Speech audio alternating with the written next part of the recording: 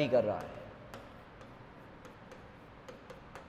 ये क्या है अपना टॉपिक सर, इतना बड़ा टॉपिक, अरे चीज़ समझो, वो मत देखो कि कितना बड़ा टॉपिक है। टॉपिक क्या है कि भाई पहले तो आपने क्या पढ़े, दोनों फ्रेम रेस्ट पर थे, अब क्या है आपका एक फ्रेम वी वेलोसिटी से क्या कर रहा है, फॉरवर्ड डायरेक्शन में मूव कर रहा है। तो देन इसके लिए आपका क्या होगा, इन ट्राइंगल वही ओ डैश पी, इसमें वेक्टर एडिशन, वही वेक्टर एडिशन लगाओ, यहाँ पर वेक्टर एडिशन लगाओ, क्या होगा आपका O P vector equals to क्या होगा ओ डैश वैक्टर प्लस क्या होगा ओ डैश पी वैक्टर होगा या नहीं होगा, क्या होगा ओ डैश पी वैक्टर होगा।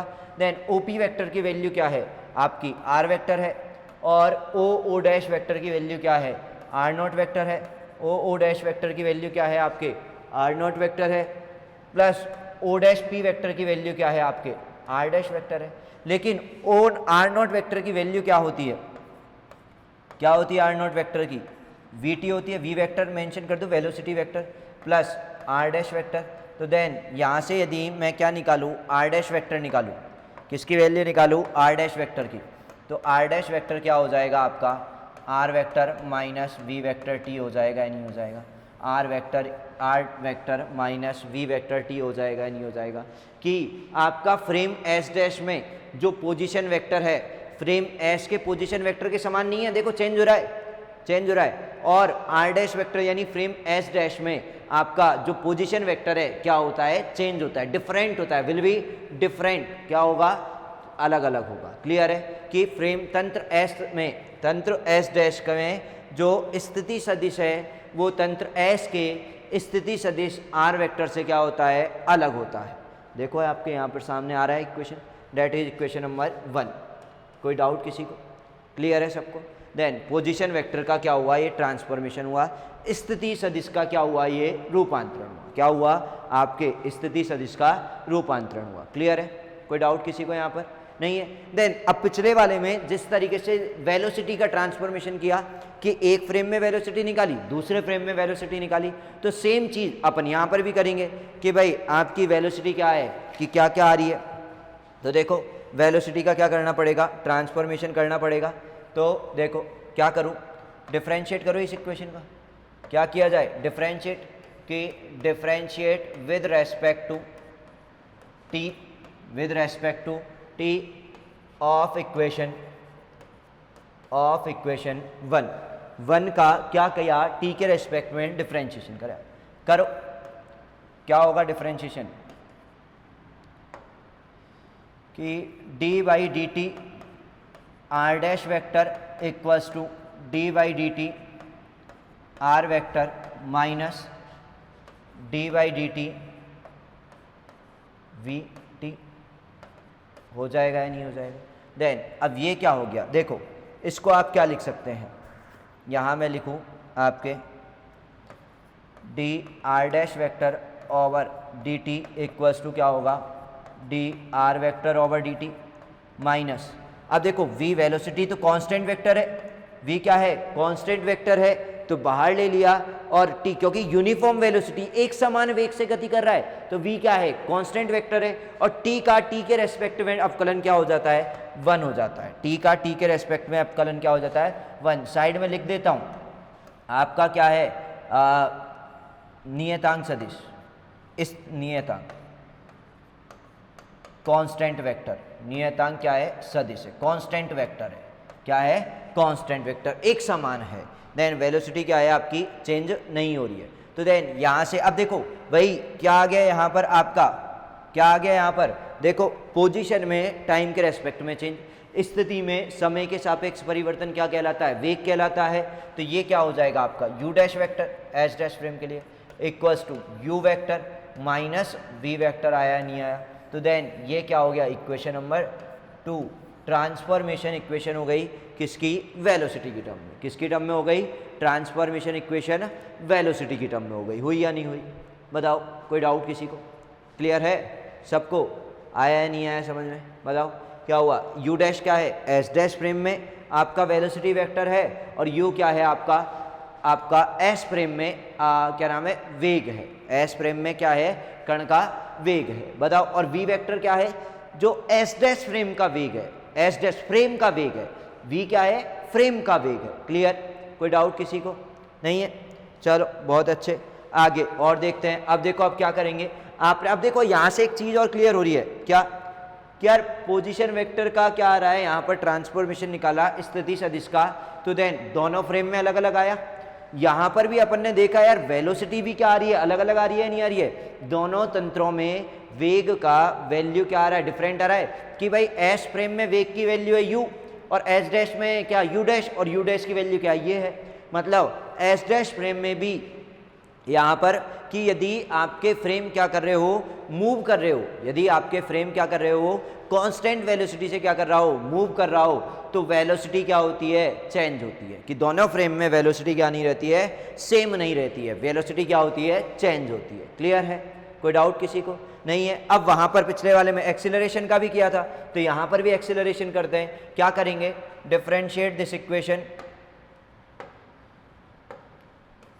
डिफरेंशिएट विद रेस्पेक्ट टू वही टी के रेस्पेक्ट में ऑफ इक्वेशन 2, इक्वेशन 2 का टी के रेस्पेक्ट में क्या करो, डिफरेंशिएशन करो। D U dash vector over D T equals to D U vector over D T minus क्या होगा आपका यहाँ पर D V vector over D T, क्या होगा, D V vector over D T. अब मैंने इसको बना दिया गोला। क्यों सर गोला क्यों बना रहे हैं आप कलरफुल? इसका रीज़न है कि इस गोले की वैल्यू होगी 0। क्या होगी, 0। क्यों सर, वेलोसिटी है।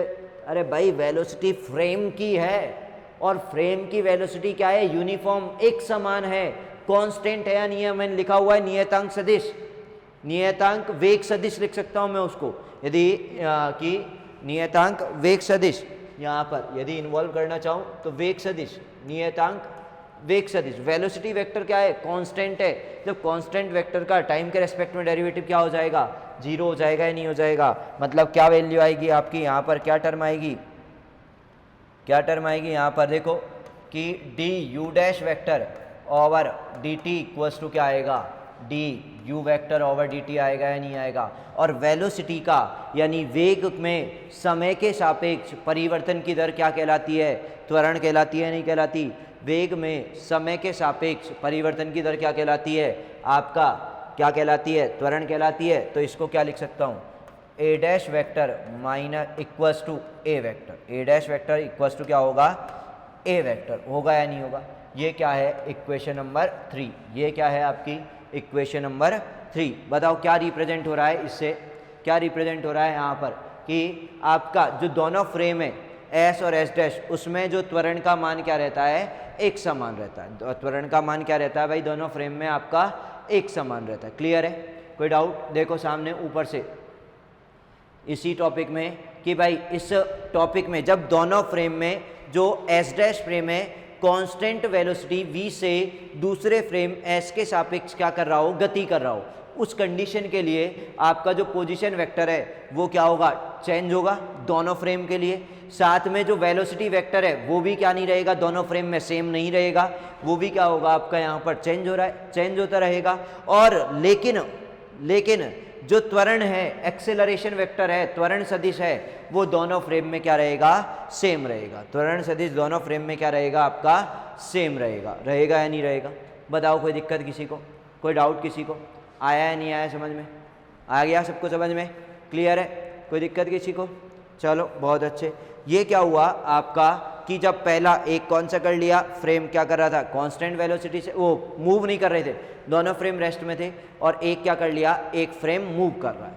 लेकिन एक चीज़ और यहाँ पर आपको, जैसे मैं पिछले वाले में दिखाता हूँ, पिछला वाला जो टॉपिक है ये रहा, यहाँ ये रहा कि दोनों फ्रेम क्या हैं आपके यहाँ पर स्थिर है, ठीक है, स्थिर है। आप में यहाँ पर आप देखें एक चीज़ ध्यान से, तो मैं बात करता हूँ, कोई नया ही मार्कर लेता हूँ, कौन सा, ये वाला लेते हैं, ठीक है। इस वाले मार्कर के लिए आपने क्या किया, हाँ देखो सामने कि यहाँ पर जब दोनों फ्रेम आपके स्थिर है, तो स्थिर है मतलब रेस्ट पर है, मतलब यहाँ पर कहीं पर भी पूरे में कहीं पर टाइम की बात हो रही है क्या, टाइम से रिलेटेड कोई टर्म आ रही है कहीं पर भी, आ रही है क्या? नहीं आ रही। देन आगे चले, क्या किया? आगे मूव किया, तो देन क्या हुआ? आप आगे मूव किया तो देन यहाँ पर वेलोसिटी निकाला, जहाँ पर वेलोसिटी भी क्या है? सेम ही आ रहा है, वो तो दोनों फ्रेम में ही सेम है, यहाँ पर भी कोई टाइम की बात नहीं हो रही है।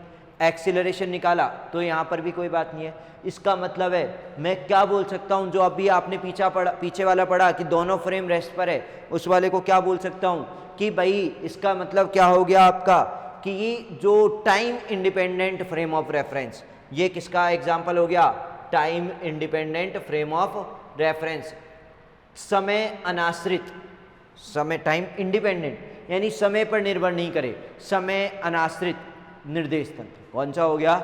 इसको मैं लिखूं तो यहां लिख रहा हूं मैं, इधर यहां पर, ठीक है, यहां लिख रहा हूं समय अनाश्रित, समय अनाश्रित, समय अनाश्रित। श्रित की वैल्यू, ये वैल्यू कुछ गलत लिख दिया अपन ने यहाँ पर, अनाश्रित जैसा भी है हिंदी में देख लेना, समय अनाश्रित निर्देश तंत्र की टाइम इंडिपेंडेंट निर्देश तंत्र। क्लियर? क्योंकि टाइम की कोई बात ही नहीं हो रही है। अब इसी तरीके से जो अगला वाला है कि एक फ्रेम कांस्टेंट वेलोसिटी v से दूसरे फ्रेम s के रेस्पेक्ट में क्या कर रहा है? मूव कर रहा है। तो देखो यहाँ पर आपकी t की बात हो रही है नहीं हो रही है? t की बात हो रही है नहीं हो रही है? देन टाइम इन्वॉल्व हो रहा है या नहीं हो रहा? देन आगे चलूँ तो यहाँ पर वेलोसिटी में भी क्या आ रही है? चेंज आ रहा है या नहीं आ रहा? आ रहा है। टाइम की बात हो रही है, यहाँ पर किसकी बात हो रही है? टाइम की बात हो रही है। तो ये कौन सा होगा आपका? Time dependent. ये कौन सा होगा आपका? समय आश्रित। ये कौन सा निर्देश तंत्र होगा? समय आश्रित। ये कौन सा निर्देश तंत्र होगा? Time dependent coordinate transformation. ये कौन सा होगा? टाइम डिपेंडेंट निर्देशांक रूपांतरण की समय आश्रित निर्देशांक रूपांतरण होगा, क्योंकि टाइम पर क्या कर रहा है? यहाँ पर डिपेंड कर रहा है। बताओ कोई दिक्कत किसी को? कोई डाउट किसी को? क्लियर है सबको यहाँ पर? आगे सबको समझ में? ठीक है, देन चलो बहुत ठीक है। अब जो हम नेक्स्ट टॉपिक पढ़ने वाले हैं, नेक्स्ट टॉपिक क्या होगा? आपने पढ़ा कि दोनों फ्रेम रेस्ट पर हैं। अब एक फ्रेम आपका मूव कर रहा है कांस्टेंट वेलोसिटी से। अब यदि ऐसा हो कि फ्रेम रोटेट हो एक दूसरे से, क्या हो? रोटेट हो, किसी एंगल पर क्या हो? रोटेट हो, फिक्स एंगल पर, थीटा की वैल्यू फिक्स कि 10 डिग्री पर रोटेट है, कि एक फ्रेम एस है कि क्या है कि यहाँ पर एक फ्रेम एस है ये वाला, और दूसरा जो फ्रेम है एस डैश वो थीटा एंगल पर क्या हो? रोटेट हो, थीटा एंगल पर क्या हो? रोटेट हो, फिक्स एंगल पर क्या हो? रोटेट हो। तो देन उस कंडीशन में क्या होगा?